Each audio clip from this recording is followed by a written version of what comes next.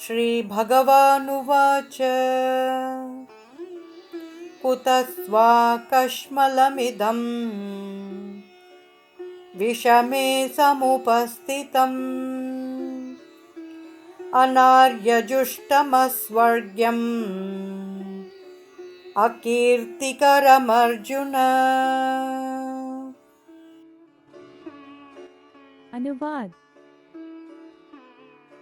परमात्मा श्री कृष्ण ने कहा है, मेरे प्रिय अर्जुन, इस संकट की घड़ी में तुम्हारे भीतर यह विमोह कैसे उत्पन्न हुआ?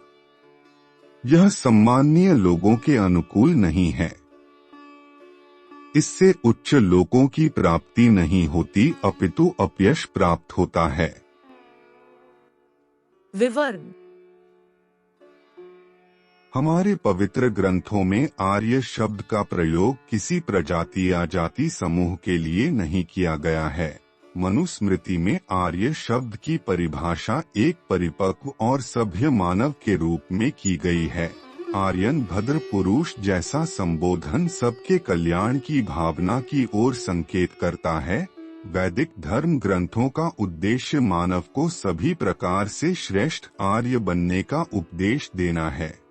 श्री कृष्ण अर्जुन की वर्तमान मानसिक स्थिति को इन आदर्शों के प्रतिकूल पाते हैं और इसलिए उसकी व्याकुलता को ध्यान में रखते हुए वह उसे फटकारते हुए समझाते हैं कि वर्तमान परिस्थितियों में इस आदर्शवादी अवस्था में कैसे रहा जा सकता है।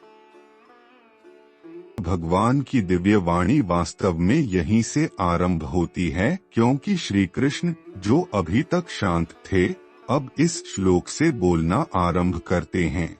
परमात्मा पहले अर्जुन के भीतर ज्ञान प्राप्त करने की क्षुधा उत्पन्न करते हैं।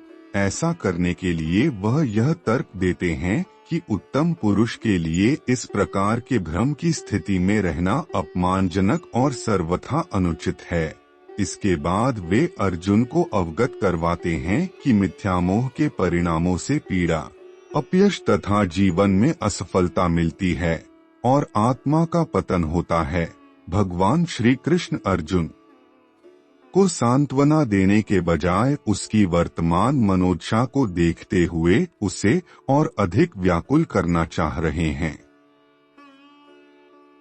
जब हम व्याकुल होते हैं तब हमें दुख की अनुभूति होती है, क्योंकि यह आत्मा की वास्तविक स्थिति नहीं है।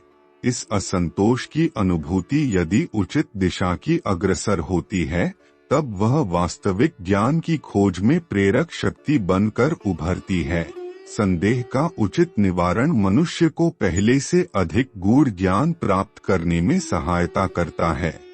इसलिए भगवान कभी कभी जानबूझकर मनुष्य को कठिनाई में डालते हैं, ताकि वह अपनी उलझन को सुलझाने के लिए ज्ञान की खोज करने में विवश हो जाए, और जब उसके संदेह का पूरी तरह से निवारण हो जाता है, तब वह मनुष्य ज्ञान की उच्चावस्था को प्राप्त कर लेता है।